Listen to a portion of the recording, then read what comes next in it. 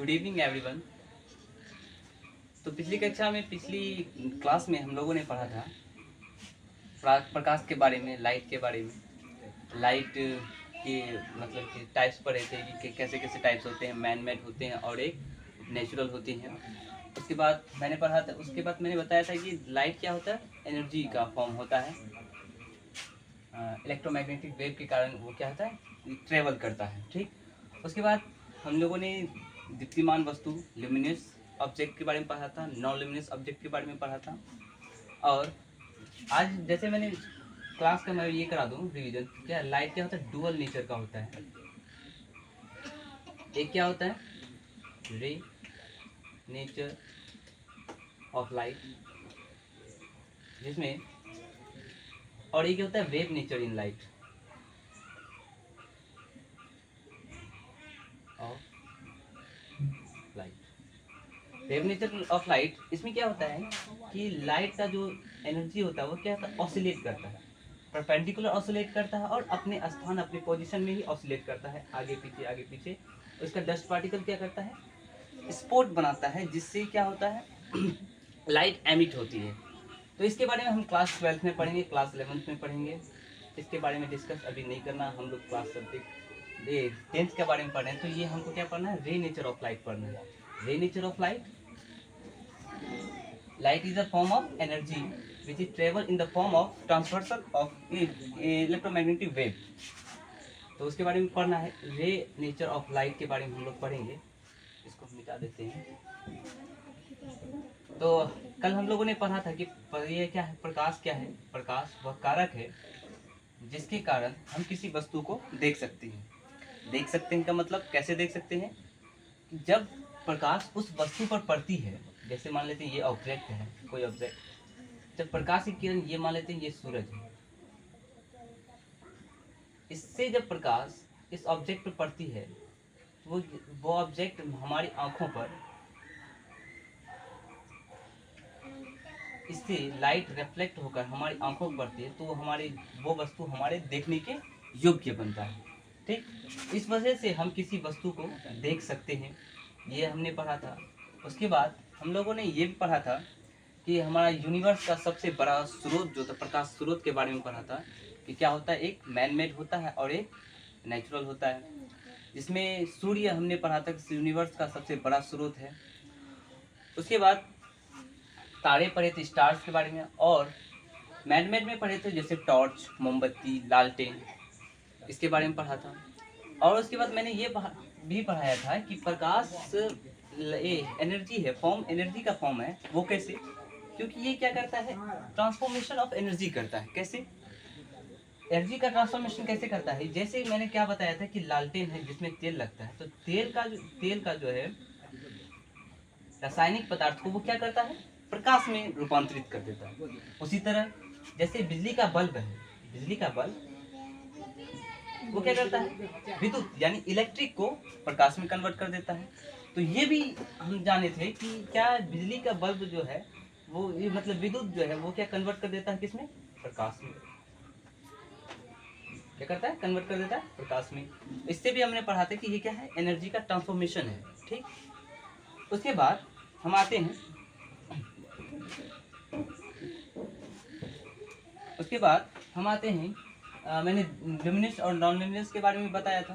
ठीक, अब हम लोग आते हैं प्रकाश की किरणों के बारे में जानने से। प्रकाश की किरण क्या है, यानी रे ऑफ लाइट क्या है। ठीक, प्रकाश की किरण किसी प्रदीप्त वस्तु मैंने बताया था, जो प्रकाश, जो लाइट एमिट करे, जैसे टॉर्च, वो भी प्रकाश, ये प्रदीप्त वस्तु है, प्रदीप्त पदार्थ है। ठीक, उसके प्रकाश निकलकर सरल रेखा में सभी दिशाओं में फैल जाती है। सरल रेखा मतलब लीनियर लाइन, सरल रेखाओं में फैल जाती है।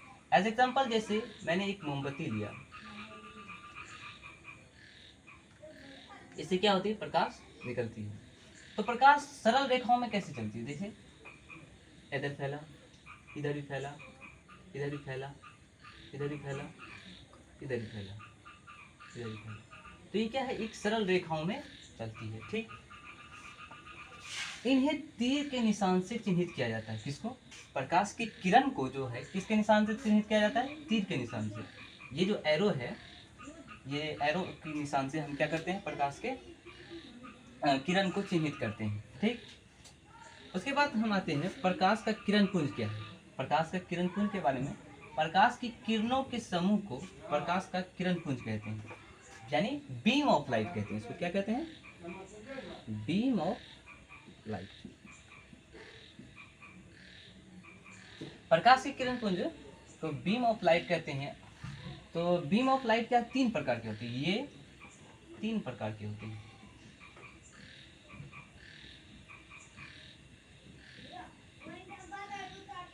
ठीक, 3 प्रकार के कौन से होते हैं? एक होते हैं अपसारी किरण पुंज, दूसरा अभिसारी किरण पुंज और तीसरा समांतर किरण पुंज। अभी अपसारी किरण पुंज जिसको हम इंग्लिश में कहते हैं डाइवर्जिंग बीम, इसको कन्वर्जिंग बीम और इसको पैरेलल बीम।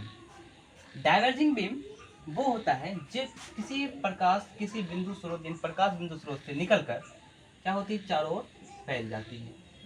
वैसा बीम ऑफ लाइट क्या कहलाता है? अपसारी किरण पुंज कहलाता है। उसी तरह कन्वर्जिंग बीम यानी अलग अलग जगह से प्रकाश आकर किसी एक बिंदु स्रोत पर क्या है पड़ती है, वो क्या कहलाता है? अभिसारी किरण पुंज कहलाता है।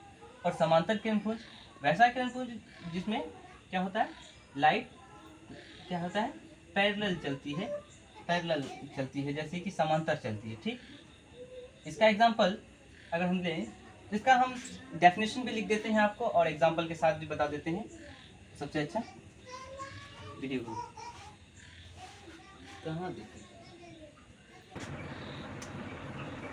तो ठीक है, मैंने यहाँ पे इसका सारा डेफिनेशन भी लिख दिया है। क्या अपसारी किरण पुंज प्रकाश की बिंदु स्रोत से निकलकर क्या होती है, फैल जाती है।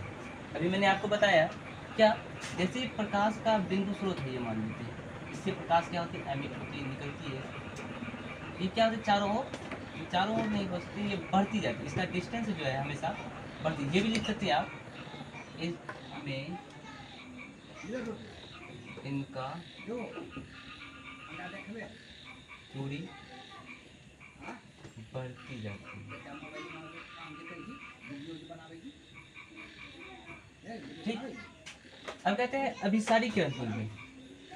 अभिसारी किरण पुंज प्रकाश की किरणें किसी बिंदु स्रोत पर आकर मिलती है, किसी बिंदु स्रोत पर आकर मिलती है। जैसे मान लेते हैं इसका जो एग्जांपल, जैसे कि टॉर्च कर देते हैं, ये अपसारी किरण पुंज में टॉर्च, और उसके बाद मोमबत्ती से निकला, मोमबत्ती भी कर सकते हैं। और अपसारी किरण पुंज में इसमें हम क्या कर सकते हैं, जैसे कि लाइट, जैसे टॉर्च से निकला वाइट लाइट, ठीक, ये लाइट निकला टॉर्च से, और यहाँ पे एक लेंस लगा देते हैं, क्या, कॉन्वेक्स लेंस। कॉन्वेक्स लेंस क्या करता है, लाइट को कन्वर्ज करता है। क्या करता है, कन्वर्ज करता है, किसी एक बिंदु पर आकर रख देता है। ठीक, सभी लाइटों को क्या करता है, कन्वर्ज कर देता है। तो इसमें हम क्या लेंस भी लिख सकते हैं, सभी तरह का लेंस, आंखों का जो लगता है वो भी लेंस क्या है, सभी लाइट को क्या करता है, कन्वर्ज कर देता है, यानी छोटा कर देता है। ठीक, अब अगर देखते किरण पुंज क्या है, समांतर किरण पुंज। समांतर किरण पुंज में क्या है, प्रकाश की किरणें एक दूसरे के समांतर होती है। जैसे ये प्रकाश की किरणें हैं, एक दूसरे की क्या होती है, समांतर होती है। तो इसका एग्जांपल सूर्य से आता हुआ प्रकाश। इन सभी को आप नोट करते चलिए। फिर इसके बाद हम लोग पढ़ते हैं अभिसारी, अपसारी और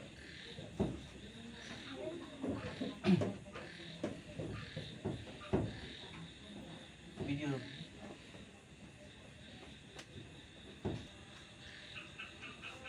अब हम चलते हैं इनके बारे में पढ़ने के लिए, पारदर्शी वस्तु, पारभासी वस्तु और अपारदर्शी वस्तु।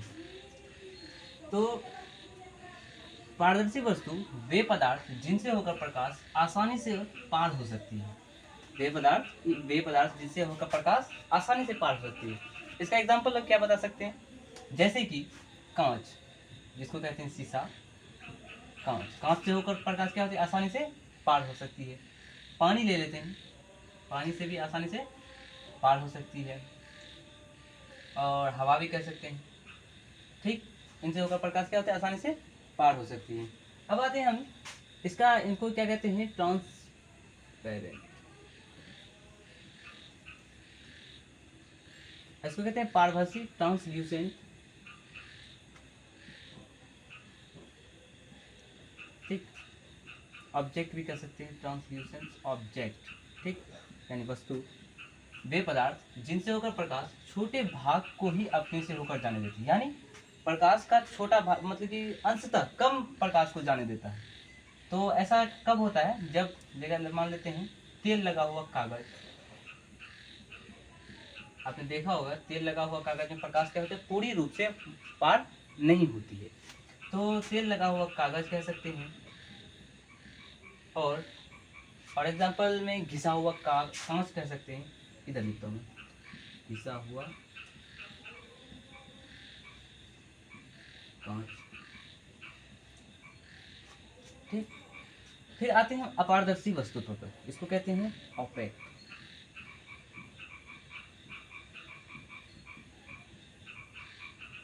ऑपेक ऑब्जेक्ट में आते हैं वे पदार्थ जिनसे होकर प्रकाश पार नहीं हो पाती, जिनसे होकर प्रकाश पार, इसका ढेरों एग्जाम्पल है, जैसे मान लेते हैं हम लकड़ी, लकड़ी इनसे होकर प्रकाश पार नहीं हो सकती है।